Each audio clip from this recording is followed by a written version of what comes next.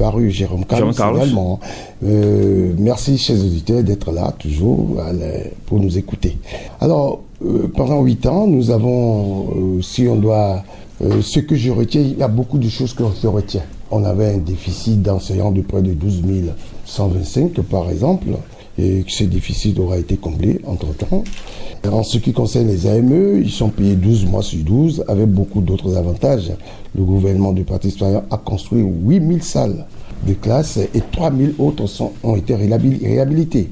En 2016, 2000 km de routes étaient bitumées, et vous savez comment ces routes sont construites. En 8 années seulement, 3000 km de routes ont été engagées, dont 2000 sont déjà terminés. La dynamique va s'accélérer, certainement. Il y a 8 ans, on importait toute l'énergie électrique. Il a fallu tout remettre en marche. Aujourd'hui, grâce aux travaux, nous sommes à 182 MW de production propre. Ce n'est pas fini, chers amis. Nous allons produire 400 MW supplémentaires pour permettre à nos citoyens et concitoyens de bénéficier davantage de l'énergie. En 2016, nous étions à 85 localités couvertes en électricité, en énergie électrique. Aujourd'hui, nous sommes à 489 localités couvertes. D'ici 2026, 2000 nouvelles localités seront couvertes. Les financements, vous savez, sont déjà bouclés. Avant 2016, il y a beaucoup d'impayés. Le microcrédit était politisé. Aujourd'hui, le gouvernement du président Patrice Talon a mis en place un nouveau processus. Le microproduit est passé à 30 000, à 50 000, puis à 100 000 francs. Avant 2016, le montant alloué était de 8 milliards 100 millions, avec une bonne partie qui se perdait en chemin. Aujourd'hui, le montant est passé à 12 milliards par an et avec des crédits octroyés directement aux bénéficiaires. Désormais, l'armée béninoise est capable de faire face à toutes les attaques. Le gouvernement l'a doté de moyens conséquents et ça se poursuit. Nous avons construit déjà 25 nouveaux petits camps et beaucoup d'autres vont suivre. L'État a construit une caserne ultra moderne à Alada pour nos soldats. Aujourd'hui, 8200 soldats ont été recrutés et formés. Le recrutement se poursuit. En 2016, il y a 50 différents impôts. Aujourd'hui, 20 impôts sont supprimés par le gouvernement du président Patrice Talon. Les personnes portant un handicap bénéficient aujourd'hui d'une grande attention. D'ailleurs, tout récemment, il y a la carte qui est en élaboration pour elles. Cette carte s'appelle la carte de l'égalité des chances. Avec cette carte, ils peuvent avoir des crédits, des exonérations pour l'achat de leurs appareillages. Pour la petite anecdote, dans Tokma, je suis pratiquement à 32 personnes que j'ai déjà orientées dans cette direction. Aujourd'hui, en République du Bénin, 1 300 000 écoliers ont un repas chaud. Chaque jour, grâce aux cantines scolaires, 80% de nos écoles sont couvertes. Plus de 32 milliards sont investis par le gouvernement du Bénin. L'objectif est d'atteindre 100% et nous y travaillons. Dans le programme Alphatage, Nati Tengu a été pris en compte. Vous constatez le changement. La deuxième phase a été lancée et vous le savez. De la zone industrielle de Glodjibé, dans cette zone, plus de 12 usines sont déjà opérationnelles et plus de 10 000 emplois directs créés d'ici 10 ans. Dans le domaine sportif, en 2016, le montant alloué aux fédérations et aux associations sportives était de 79 millions CFA. Aujourd'hui, grâce à la vision du gouvernement pour ce secteur, le montant alloué est aujourd'hui de 4 milliards 655 millions. Hamza Dagamo, je retiens, hein, vous êtes en train de faire déjà voilà. le bilan. Mais puisque vous me l'avez demandé. Non, je vous ai laissé. C'est vrai, vous avez étalé, c'est bien que en face. Et c'est pas fini. On retient de façon concise, peut-être en 3 mots. En 3 mots, des réformes salvatrices, nobles, et qui me séduisent moi, personnellement. Vous êtes satisfait? Je suis satisfait, mais tant qu'il reste à faire... On va revenir sur... alors, Guy Chafa... Je suis plus que pas satisfait. Guy Chafa, Hamza Dagamo a énuméré... un beau bilan. Moi-même, en tout cas, je suis... Non, à la limite, je dois être honnête. Il a fait un beau bilan. En réalité, prise du papier, c'est trop beau. Si j'étais le professeur de M. Hamza, je n'hésiterais pas à lui flanquer 21 sur 20. Merci. Parce que c'est bien dit. Vous faites de l'ironie? Non, sincèrement, tout ce qu'il a dit est beau. D'accord. Mais moi, je retiens une chose. Et j'ai bien envie de lui poser la question, monsieur Chègre. C'est moi qui pose la question. Avec le plus grand plaisir. En fait, la question, elle est amicale. Il n'y a rien de... Absolument. Il n'y a rien. Dans votre téléphone portable, oui. Lorsque vous prenez votre téléphone portable, les 5 premiers messages, combien de messages de 2500, 2000, 1000 francs avez-vous reçu aujourd'hui de l'aide? Des gens qui vous demandent tous azimuts de l'aide. Combien? Combien vous en receviez? Alors, combien? Attendez. Vous voulez insinuer quoi? Bon, c'est mieux, ce serait mieux qu'on y aille comme ça. Oui. C'est pour dire ceci. Y a pas de... Bien que j'ai eu du plaisir à l'écouter, j'ai du mal à encaisser tout ce qu'il a dit. Vous n'êtes pas satisfait, vous? Satisfait? Non, je ne suis pas satisfait. Pourquoi? Et sur quel plan? Vous savez ce que je retiens? Je ne ferai pas tout ce bilan-là. C'est un travail fastidieux qu'il a fait.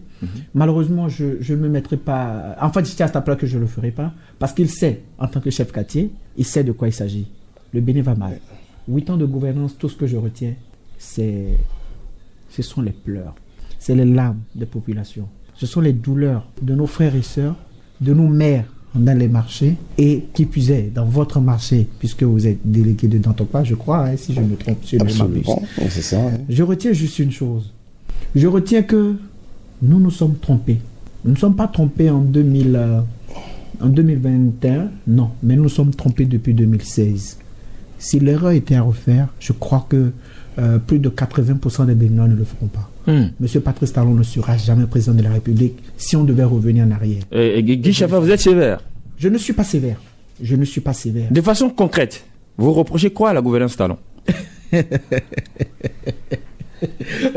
En fait, quand vous posez la question, je me dis par quoi il faut commencer. Vous savez, les indicateurs pour voir si une économie va bien. Si je rappelle que c'est pas le thème de l'émission à la maison. On veut juste faire un petit voilà quoi. Il y a des indicateurs économiques, il y a des indicateurs sociaux, il y a des indicateurs environnementaux et des indicateurs de gouvernance. La seule chose que je peux retenir, et pas de satisfaisant, parce que là encore il y a à dire, c'est peut-être les indicateurs environnementaux. Sinon, économiquement, nous n'allons pas bien. On a beau nous dire les chiffres, on a beau inventer, dire des choses extraordinaires. Vous pensez qu'il y a des... Bénin... Non, vous avez utilisé un thème. Vous pensez qu'il y a des inventions dans les chiffres là? Personnellement, oui. Je pense que tout n'est pas vrai. Tout ce qui a été dit n'est pas vrai. Vous savez pourquoi je le dis? Non. Très bien. Monsieur Aguermont, rappelez-moi, il y a combien de routes qui ont été construites? Vous avez dit combien de kilomètres de routes qui ont été construites? On était à combien en 2016? J'ai cru entendre. En 2016, on était à 2000 et quelques kilomètres de route. Aujourd'hui, nous avons... Il y avait 2000 kilomètres de route bitumées, asphaltées avant, selon les chiffres. Donc de 2016 à 2000, on est en 2024. Vous avez ajouté 1000, c'est ça? 1000 à peu près. Vous savez de 2006 à 2011, vous savez combien de kilomètres de route le président Yahi Boni a fait? C'était Pascal Irénée Koupaki en 2011, quand il faisait le bilan. Alors, il a dit, c'était en avril 2011, qu'il y avait que de 2006 à 2011, il y avait 400 km de route qui n'existaient pas, qui ont été construits. Et il y avait 624 qui ont été repris. En clair, ça faisait plus de 1000. Bon. Non, je vous en prie. C'est pour dire quoi? Vous avez en 8 années, vous n'avez que fait 1000 km. Ah non. Vous ne l'avez pas retenu. En fait, vous ne l'avez pas retenu. Bon, allons-y. En 2016, 2000 km de route étaient bitumés. Oui, et ce n'était pas du fait du président, uniquement du président Yahi en 2016. Non, alors, vous savez, maintenant, en 8 années, la gouvernance aura eu à faire 3000 km de route et 2000 sont déjà terminés. Là encore, c'est les chiffres que j'ai sortis. Je ne veux pas vous contredire. C'est pour dire quoi? C'est pour dire quoi? Moi, tout ce que je retiens, voilà, ce que vous retenez. Ce que je retiens, tout simplement, c'est, comme j'ai commencé à le dire, 8 années de gouvernance de la rupture, nous avons mal. Indicateurs, comme je l'ai dit, indicateurs sociaux, nous avons sérieusement mal. Économiquement, nous avons mal. Nous avons mal au niveau de la gouvernance. Et tout ce que je peux retenir, et là encore avec quelques griefs, c'est d'ailleurs là que j'ai posé le problème, c'est au niveau de l'environnement. Ça va peut-être, mais ça ne va pas totalement. D'accord, on peut dire que c'est mitigé chez vous. Très. Alors, Hamzat Aguemon, Guy Chafa fait savoir que la gouvernance Talon est mitigée. Je voudrais vous poser également cette question-là, malgré les chiffres, malgré ce qui est fait, est-ce que vous pensez qu'il y a des choses à pouvoir rectifier dans la gouvernance Talon pour les 2 ans à venir? J'aimerais déjà. Non, s'il vous plaît, le sujet, c'est oui, c'est le sujet, mais il a dit certaines choses. Il est sympa, mon compatriote, il est sympa. Guy Chafa. Et Guy Chafa, vous êtes très sympa, mais seulement, vous vous méprenez complètement. Je suis un acteur vraiment privilégié pour parler de la dimension sociale. Hein. Alors, et sans langue de bois. Alors, j'ai l'impression que vous péchez plutôt par naïveté ou par une certaine passion de ce que vous pensez être. Donc, apportez-moi des preuves concrètes et nous en reparlerons. Et si vous connaissez vraiment, vous appréciez vraiment le tissu social économique de ce pays, je peux vous dire que quand on a beau créer la cherté de la vie, il faut... Est-ce que vous savez que je ne suis pas encore arrivé là ? En tant qu'acteur... Je ne suis même pas encore arrivé là. Ah ben oui, mais quand vous parlez du social... on parle du tissu. Quand vous parlez de 2500, non. Quelqu'un qui vous demande... Attendez. C'est tellement... il faut qu'on se comprenne. Il faut qu'on se comprenne. S'il vous plaît. Il faut qu'on se comprenne. Si on parle en même temps, c'est pas bon. C'est vrai. Ce serait bien qu'on s'écoute. C'est un raccourci très simpliste que vous prenez en vous jetant encore à bras, en voulant choisir le sujet peut-être qui vous préoccupe, où vous êtes le plus à l'aise.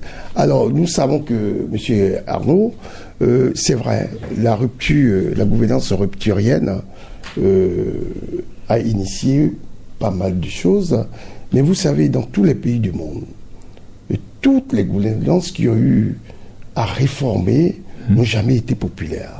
Parce que la réforme a son lot de concessions, a son lot de difficultés, de grincements de dents. Voilà. Alors, donc, du coup, on ne peut s'attabler que sur les résultats concrets.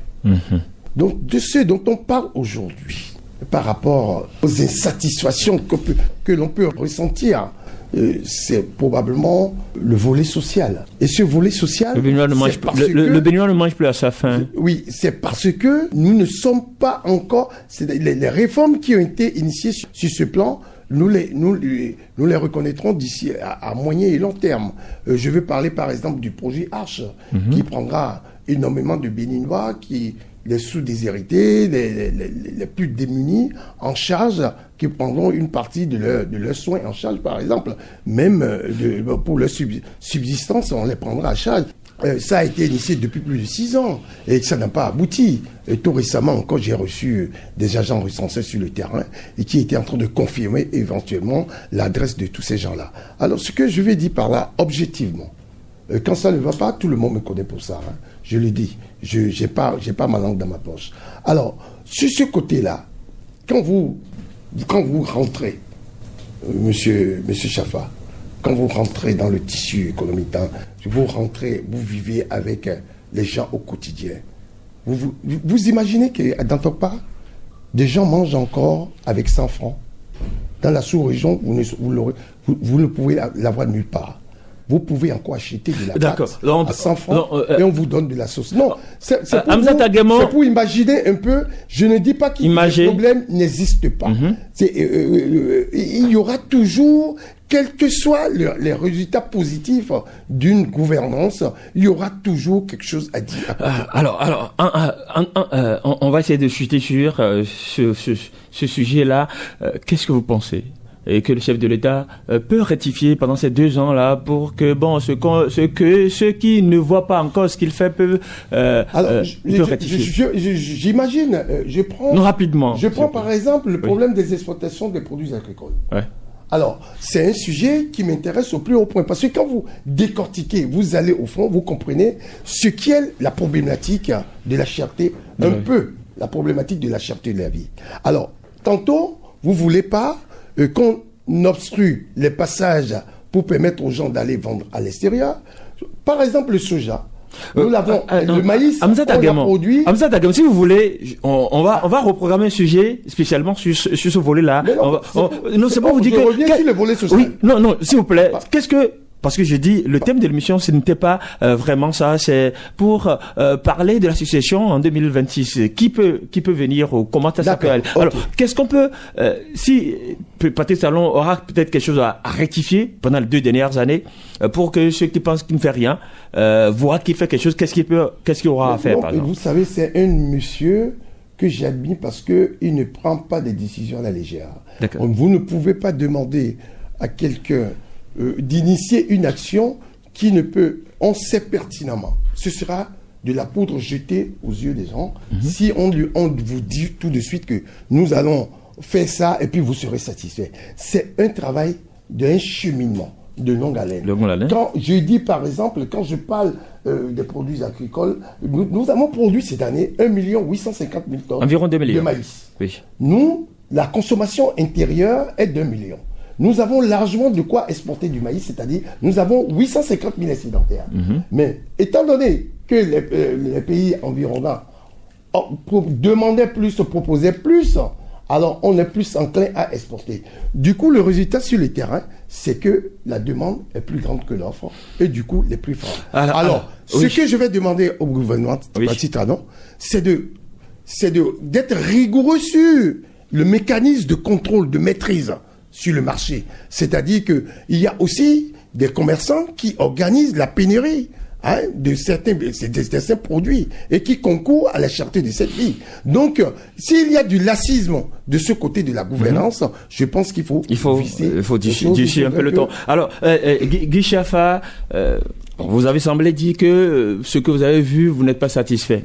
D'accord. Qu'est-ce que vous pensez que Patrice Talon peut faire en tant que Béninois, pour les millions que nous sommes, de pouvoir être... on se dit, finalement, comme il a dit, il va être célébré à sa descente. De toute manière, la seule chose que je peux dire, ce que je dois commencer déjà par dire, c'est utopique, d'accord, de croire que Patrice Talon peut changer quelque chose. Non. En fait, c'était pas l'homme.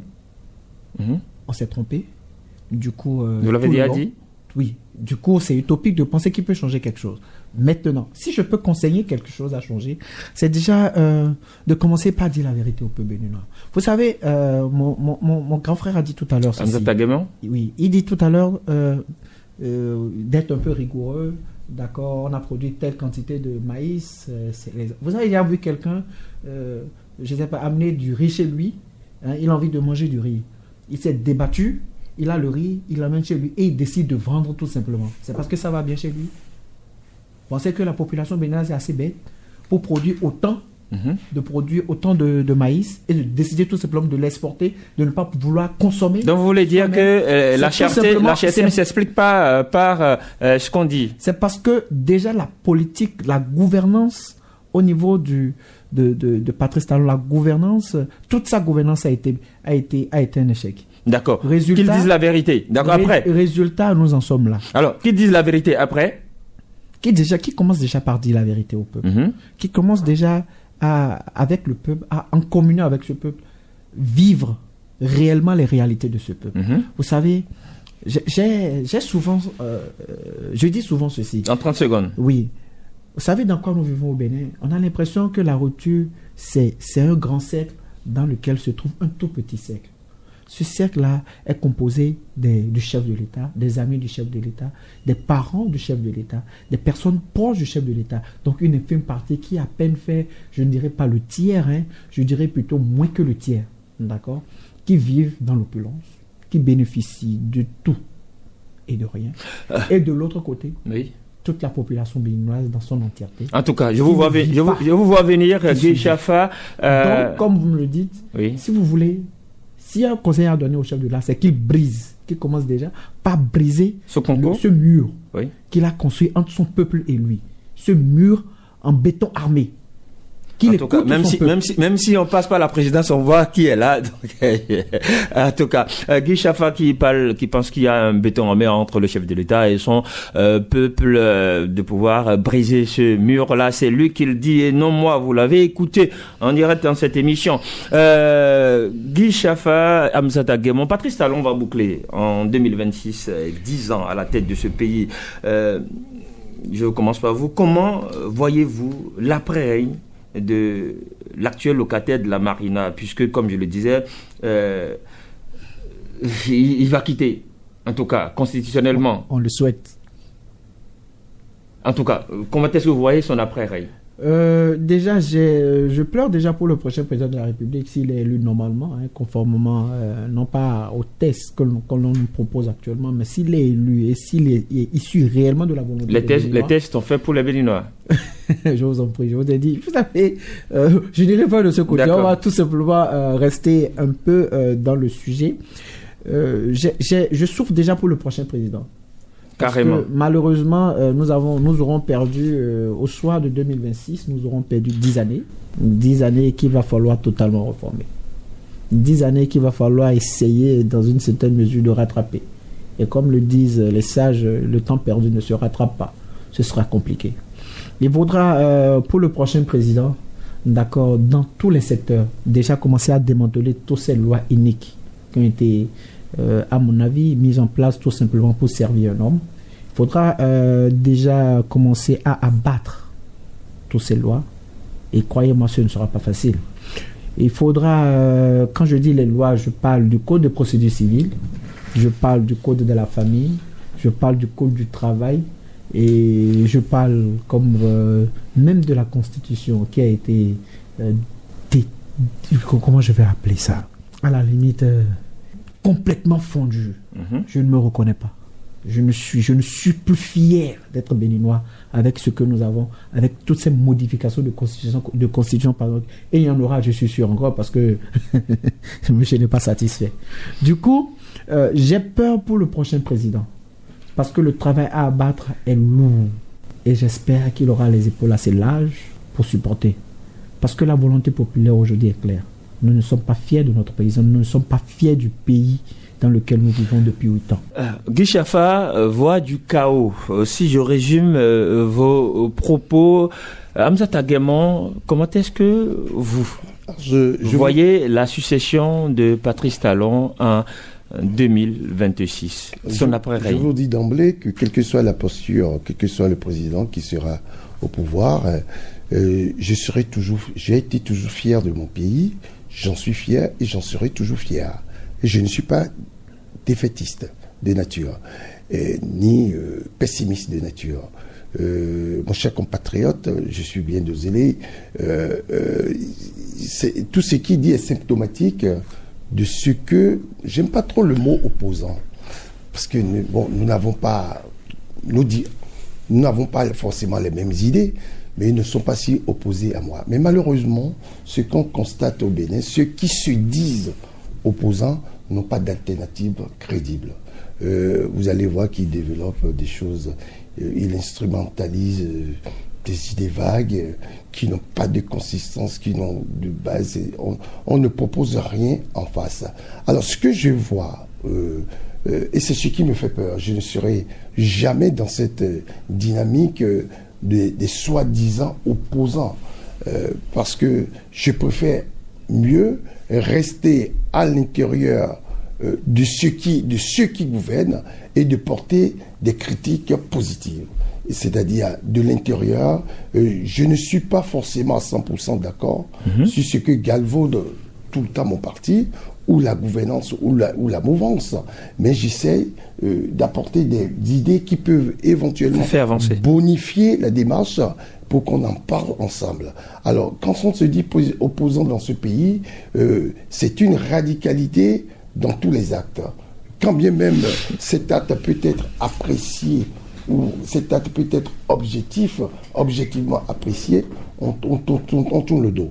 Et c'est cela qui me détermine dans mes choix à moi pour 2006, c'est-à-dire ceux qui pourraient, 2026, ceux qui seront là, celui qui sera élu, je n'aimerais pas qu'il sabote tout l'effort, tous les sacrifices que le peuple aura consenti pour accompagner certaines réformes salvatrices. J'allais dire, je vais parler de la digitalisation, de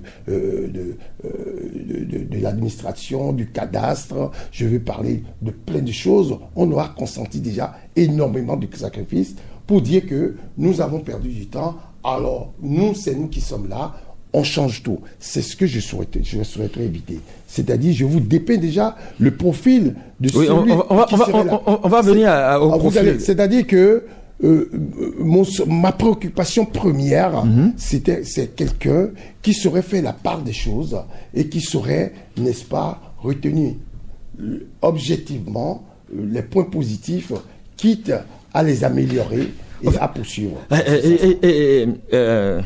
Guy Chaffa, oui, je sais que vous brûlez d'impatience de prendre la parole. Dans votre intervention tout à l'heure, vous étiez pessimiste. Vous avez quasiment peint en noir tout ce qui est fait. Bon, voilà, il faut tout reprendre à zéro. Pour vous, il faut rompre avec la rupture. Il ne faut pas que rompre. En réalité, vous savez, nous avons eu un système depuis 2016. Nous avons eu un système qui a décidé, d'accord, c'est-à-dire a caricaturé le Bénin, a vu ce qu'il y avait de beau pour lui et a décidé de l'imposer aux Béninois. Vous savez, moi, je ne suis pas contre les réformes. Je vous dis, je suis d'ailleurs pour les réformes. Je suis d'accord quand le chef de l'État dit nous sommes un pays de pagaille et qu'il faut faire des réformes. Je suis d'accord qu'il faut faire des réformes. Il y avait des choses qui se passaient en 2016 qui a priori, ne devraient pas plus se passer. En 2016 ou avant 2016 ? Avant 2016. D'accord.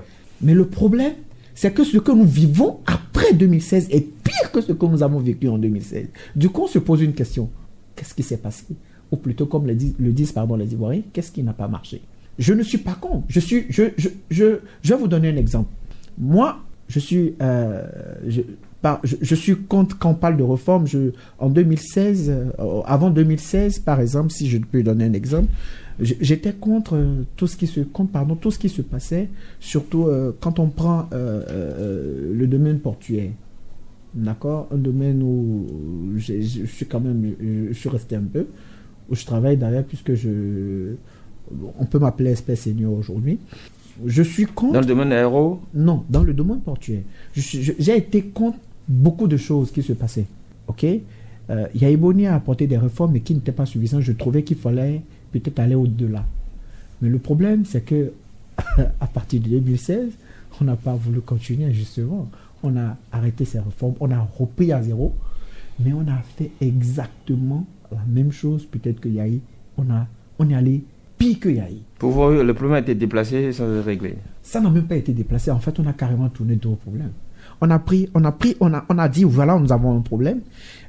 Pour apporter une solution, on prend la solution que l'autre avait apportée et on rend la chose un peu plus machiavélique. Carrément, hein? Carrément. Nous, quand je le dis, je peux donner des exemples. Je sais de quoi je parle. Je peux donner des exemples et ça va, croyez-moi, vous n'allez pas comprendre. Pour vous, oui. Faut-il, d'accord, rompre avec la rupture? En fait, la rupture déjà même est un danger. Donc rompre, c'est une évidence. Je dis, il faut aller au-delà de rompre. Nous devons aujourd'hui, dans tous les secteurs donnés. Et les réformes que vous appréciez? Vous voulez qu'on rompt, donc on va jeter tout ce qui est fait. Vous savez ce qui va se passer en 2016, en 2026? Vous savez ce qui va se passer? Dites-nous. On va se retrouver dans une situation où on va se poser tous une question. Est-ce qu'il faut servir un homme ou il faut servir un peuple? Est-ce qu'il faut servir un pays ou est-ce qu'il faut continuer à servir un homme? Pour vous, qu'est-ce qui est l'idéal? Tout le système qui a été mis en place, à mon humble avis, n'a pas été mis en place pour le peuple béninois, pour servir le peuple béninois ou la nation béninoise. Elle a été mise en place pour servir un seul homme. Et là, moi, je ne suis pas d'accord. Du coup, on va se poser une question en 2026. Est-ce qu'il faut continuer? Parce que rompre avec la rupture, c'est de savoir, rompre ou pas avec la rupture, c'est de savoir, est-ce qu'il faut continuer avec le même système? C'est-à-dire continuer à servir toujours un homme. Parce que nous avons en 2026, nous avons en 2016, avant 2016, un président qui était puissant. Et lui-même l'a dit, je me rappelle. Le président de la République est trop puissant. Quand je deviendrai président, il va falloir qu'on diminue le pouvoir du chef de l'État. Il est devenu président de la République. Il est devenu plus puissant que le pape au Bénin. Vous pensez que ça doit continuer comme ça? C'est en voyant cela que je dis, il faut repartir complètement à zéro. Nous avons besoin de tout refondre. Malheureusement, je suis en train d'écrire une doctrine. Vous pensez que c'est possible? Oui, nous sommes obligés d'aller là. Vous savez pourquoi? Je suis en train d'écrire une doctrine pour dire, par exemple, que nous devons mettre en place au Bénin et en Afrique, parce que la doctrine elle n'appartiendra pas seulement au Bénin, ce sera apprécié de tous. C'est pourquoi il faut qu'on puisse capitaliser les avancées. Mais le problème, c'est que nous n'avons pas avancé au Bénin. Nous avons reculé dangereusement. Nous avons reculé sur le plan de la gouvernance. Nous avons reculé sur le plan socio-politique. Nous avons reculé sur le plan économique. Comment vous voulez qu'on avance? En tout cas, on a reculé. Hamzat Aguemon, pour Chafa, ce système, en tout cas, doit être rayé parce qu'il est un danger. Je crois que moi, je n'ai qu'un seul pays. Peut-être qu'il a la double nationalité. Non, il n'a pas dit que le Bénin sera rayé. Hein. Oui, non, je ne dis pas ça. Mais tout ce qui dépend, c'est comme si mon cher compatriote sans le désir peut-être de quitter le Bénin. Moi, je n'ai que de ce pays. Encore qu'il y a 173 qui sont revenus hier même. Donc, ce qui dit, c'est... Dites-moi dans quelles conditions c'est revenu. De tout temps, il y a eu l'immigration, il y a l'immigration de tout temps, dans tous les pays. C'est un sujet sérieux. Oui, on va, c'est vrai. Et ce n'est pas rigolo pour moi. Et la souffrance de ces gens, j'en ai vécu, j'en ai assisté, ce n'est pas rigolo.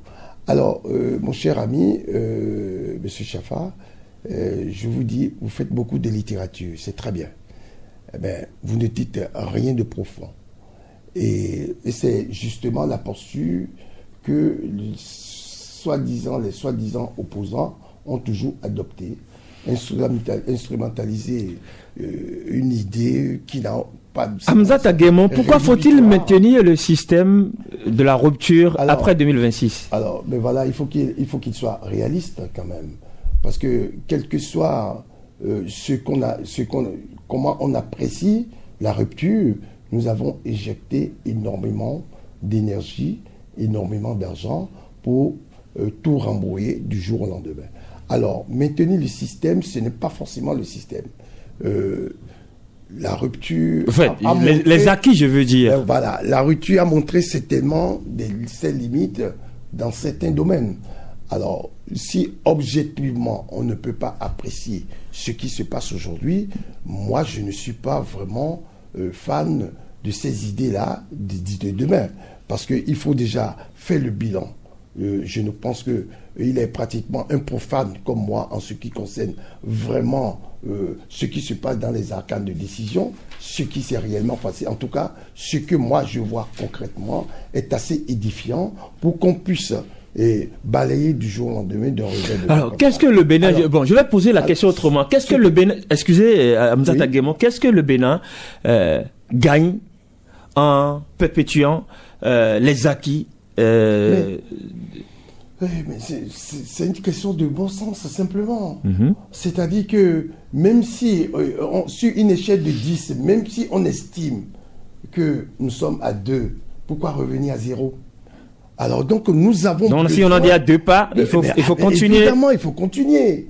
Donc si on prend ce qui est un acquis positif et on essaie, si tant est qu'on a un programme, une alternative meilleure que ce qui se fait jusque-là, essayer. D'ailleurs, le président Patrick Talon n'a pas balayé du revers de la main tout ce que Boni Yayi avait fait. Donnez-moi une chose qu'il a perpétuée. Vous savez que... Une seule chose qu'il a perpétuée. Quand on parle des routes, vous savez que Yayi Boni avait déjà initié pas mal de contrats. Mais non, mais moi je le dis de manière objective. Le président Boni Yayi a construit 8 stades. 8 stades, a construit 22. Attendez. Monsieur, vous ne me coupez pas. Ah non, désolé. Non. Je suis désolé. Non, je vous en prie. Oui. Alors, ce que je dis, vous ne l'avez jamais fait depuis que vous êtes là. Je dis, je ne suis pas forcément un fan de Yayi, mais il avait initié aussi de bonnes actions. La marche contre la corruption. Non, je veux parler par exemple des routes. Il avait déjà initié beaucoup de démarches pour les financements. Donc, Patrice Talon disait même avant son arrivée qu'il ne faut pas mettre tout le budget dans les routes. Mais il est arrivé, il a constaté que c'était une nécessité. C'est une nécessité impérative et que ça devrait être bien. Et il s'y a essayé et il a continué. C'est-à-dire, tout ce qui était des acquis positifs et qui, dans la démarche, il a continué. Donc, ce que je veux dire par là, soyons compatriotes. Ayons la fibre de ceux qui veulent que cette nation avance. Nous ne voulons pas, n'est-ce pas, prêcher pour notre paroisse, pour notre prospérité personnelle, mais pour le bien de tous, pour l'intérêt de tous, pour l'intérêt collectif. Si quelque chose va, on prend ça et on continue. Moi, je souhaite que la gouvernance qui s'installera en 2026 puisse, n'est-ce pas, faire le bilan et être objectif pour qu'on puisse... Hamza Dagué, vous pensez que... le chef d'État... Est-ce que je vais ajouter en fait quelque chose, parce qu'il a dit quelque chose de très beau. Je vais bien lui ajouter quelque chose. Vous savez, ce que vous avez dit m'a plu. Et c'est d'ailleurs ce que je dis. C'est ma démarche. Quand je parlais tout à l'heure, j'ai dit ceci. J'ai dit, les indicateurs environnementaux, c'est mitigé. Je n'ai pas totalement peint ça en noir. Vous savez quoi qu'on veut aujourd'hui, tout ce qui a été conçu comme route, on ne va pas les détruire en 2026. Vous savez, on ne va pas les détruire en 2026. Heureux de le savoir. Non. Écoutez, moi j'ai été... vous n'avez pas compris ma démarche. Le fond de votre pensée. Le fond de ma pensée. Vous n'avez pas compris, je vais peut-être le dire de manière terre à terre. J'ai dit au départ... Moi je suis terre à terre. Au départ de l'émission, j'ai dit ceci. J'ai dit, pour apprécier la bonne santé, la vitalité d'un pays, la bonne santé d'un pays, il y a des indicateurs. Parmi ces indicateurs, on a les indicateurs économiques. Et du point de vue de l'économie, j'ai dit, nous ne sommes pas fiers. Moi, personnellement, je ne suis pas fier. Première chose. Attendez, j'irai au bout. Et vous allez comprendre, là où je suis fier du président, de mon président, puisque quoi qu'on le veuille, c'est mon président, c'est lui qui représente aujourd'hui le Bénin. Ah, j'en suis heureux. Je dis, du point de vue indicateurs sociaux, je ne suis pas fier de lui. Et fier de tout ce qu'il a fait comme réforme et tout. Économiquement, je ne suis pas fier. Socialement parlant, je ne suis pas fier. Gouvernance. Point de vue indicateur de gouvernance, je ne suis non plus pas fier. D'accord? Mais par contre, quand je parle d'environnement, c'est mitigé. Là encore, je peux reprocher des choses. Ça veut dire que je ne suis pas contre. Je vais vous donner un exemple. Pour vous dire, là où ce qui me fait énormément mal au niveau du président Patrice Talon. En 2016, quand il est arrivé au pouvoir, il y avait un aéroport qui avait été totalement construit, l'aéroport de Tours. Totalement construit. Presque à 97-98%. Pratiquement réceptionné. Elle a décidé de ne pas, pour des raisons qui n'ont jamais été publiées jusqu'ici. Parce que je n'ai jamais vu un ministre du gouvernement, qu'il soit ministre de l'économie, qu'il soit ministre des Travaux publics et des Transports, venir dire les raisons pour lesquelles l'aéroport de Tours n'a jamais été mis en service. Donc vous pensez que c'est pas mauvaise foi qu'on a que les sous qui sont engloutis là-bas Mais je pose une ont été abandonnés. Je pose une question. Si ce n'est pas mauvaise foi, qu'est-ce qui empêche une délégation gouvernementale, qu'est-ce qui empêche le gouvernement lui-même de venir faire une conférence de presse et dire pourquoi est-ce que l'aéroport n'a pas été mis en service? Jusque-là, nous n'avons pas de raison. Du coup, je reviens à dire, puisque vous avez dit ce qui est beau, il faut le garder. Et vous avez même donné un exemple. Le gouvernement Yahi avait déjà fait des investissements, avait déjà prévu des investissements. Quand le chef de l'État est arrivé au pouvoir, il a dit quoi? Il faut mettre tout ça à l'eau. C'est ce qu'il a commencé à dire au départ. Et au finish, il a fini par reconnaître que, bon, avec asphaltage, il a changé de nom, beaucoup de choses ont été réalisées. Forcément, celui qui viendra en 2026, peut-être sera moins dur que moi. Et trouvera certainement, je ne sais pas, dans ce que vous avez réalisé, dans ce que la rupture a réalisé des choses. Mais moi, je dis, et cela n'engage que moi, je suis face à un système qui, ma foi, n'a pas eu pitié des Béninois, n'est pas allé dans le sens, d'abord, n'a pas respecté ses promesses électorales. Comme pendant qu'on y est, pendant que on commence à parler de celui qui va arriver en 2026, faisons le portrait robot peut-être de cette personne-là. Vous avez quelque chose à ajouter d'abord, sinon on va commencer à faire le portrait robot. Je suis heureux que mon cher compatriote Chafa revienne. Non, vous savez, monsieur Aguemon, appelez-moi Guy. Bon, voilà. Ok, Guy, je suis très heureux que vous reveniez en de meilleurs sentiments. Non, par rapport s'il vous plaît. Non, mais non. Je ne souhaite pas en réalité qu'on me mette de côté. En fait, je suis. Vous ne voulez pas être catalogué opposant. La parole m'est accordée. Non, je suis opposant. Radical. Non, j'ai dit opposant radical. Monsieur Guy. Et puis je ne le suis même pas. Monsieur Guy. Oui. La parole m'est accordée. D'accord. Vous serez au pouvoir demain que je ferai. Moi, je ne ferai jamais l'opposition. Je ferai tout ce qui est à mon possible pour apporter mes idées constructives au vôtre. Vous savez que ce que je vais dire, s'il vous plaît. Alors, ce que je vous dis, ce que vous dites, simplement, pour moi, est rédhibitoire. Vous choisissez des thèmes qui n'ont aucun sens avec nos réalités intrinsèques. C'est-à-dire que nous avons tendance, les intellectuels béninois ont tendance à vouloir importer les concepts stéréotypés de l'Occident pour venir les appliquer. Je ne sais pas, je ne conçois pas que les références, les idées référentielles devraient se rapporter à nos réalités. Je suis très heureux d'avoir fait mes expériences avec le Béninois lambda à la base. Et je vous exhorterai peut-être à retourner peut-être à la base pour vivre le quotidien de ces gens, pour comprendre. Alors, je suis heureux que vous constatiez que le président Talon, il n'y a que je ne dirai pas le mot à l'antenne, qui ne change pas d'idée. Vous voyez, et c'est d'ailleurs à son actif, à son honneur. Un président qui est assez humble pour reconnaître à un moment que je fais peut-être fausse route et qui reconsidère ce qu'il a galvaudé pendant la campagne électorale n'était pas forcément salutaire. Je le remercie pour ça. Et ça, il a ce mérite-là. Cette gouvernante rupturienne a ce mérite de se remettre en question. Vous parlez d'un aéroport. Vous savez, on aura besoin de toute une émission pour ce sujet-là.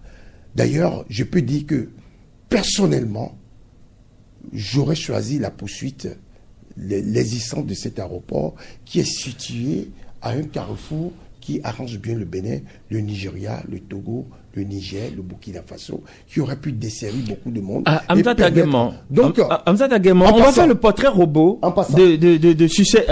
Excusez, on va faire le portrait robot parce que le temps nous presse. On va faire le portrait robot du succès de Patrice Talon en 2026. Pour vous, Patrice Talon peut-il avoir un successeur d'un même calibre que lui?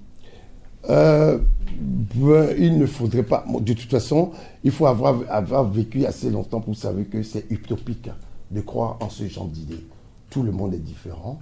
Tout le monde peut apporter sa lumière à l'édifice de cette nation. Ce que je souhaiterais simplement, le profil que je souhaite, c'est que ce futur président puisse avoir la perspicacité, la lumière, l'inspiration de pouvoir, comme je l'ai dit tantôt, préserver les acquis positifs et en fait de pouvoir aller de l'avant. C'est ça qui est c'est d'ailleurs fidèle en ce qui concerne la mouvance politique, ma mouvance à moi. Je souhaiterais quelqu'un qui serait fidèle aux réformes de Patrice Talon, quitte à les bonifier. Et je pense que nous avons toutes les chances de revenir au pouvoir avec une autre personnalité, certainement. Justement par rapport à cela, en 2006, les partisans du patriarche Mathieu Kéro n'ont pas pu perpétuer le système.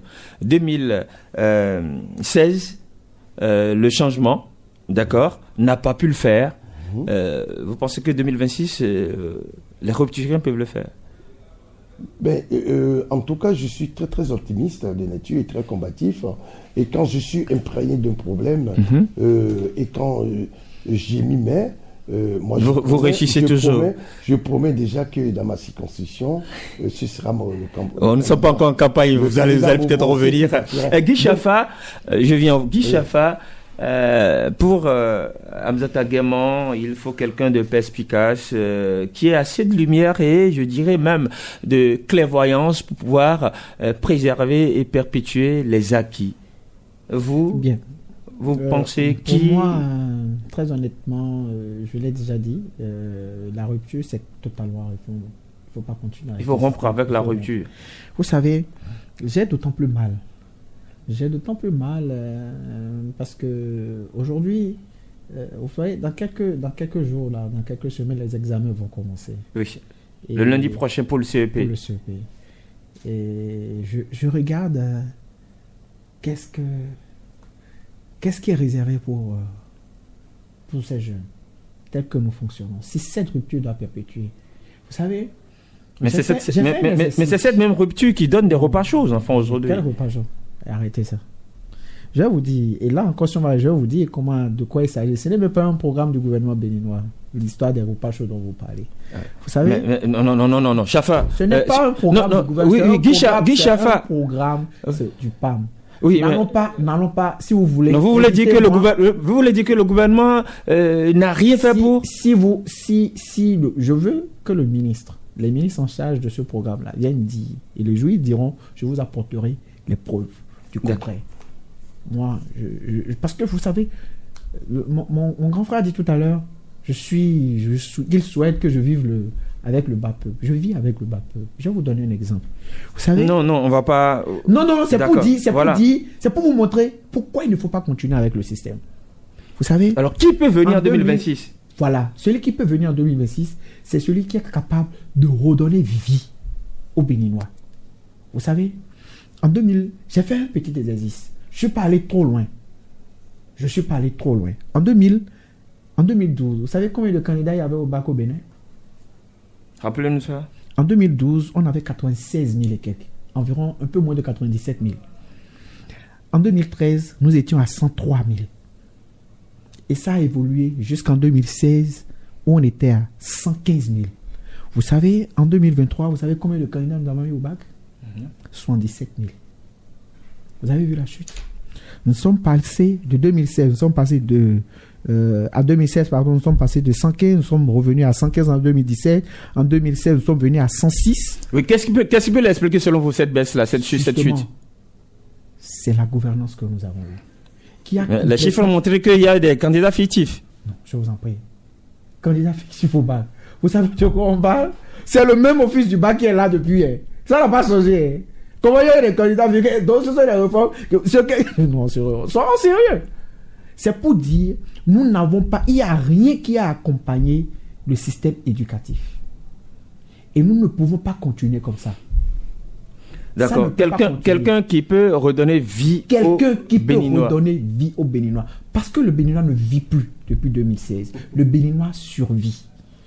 Vous avez déjà fait un portrait robot de cette personne-là où, bon, voilà, il doit être, c'est vrai, au-delà de ça, de cette capacité-là.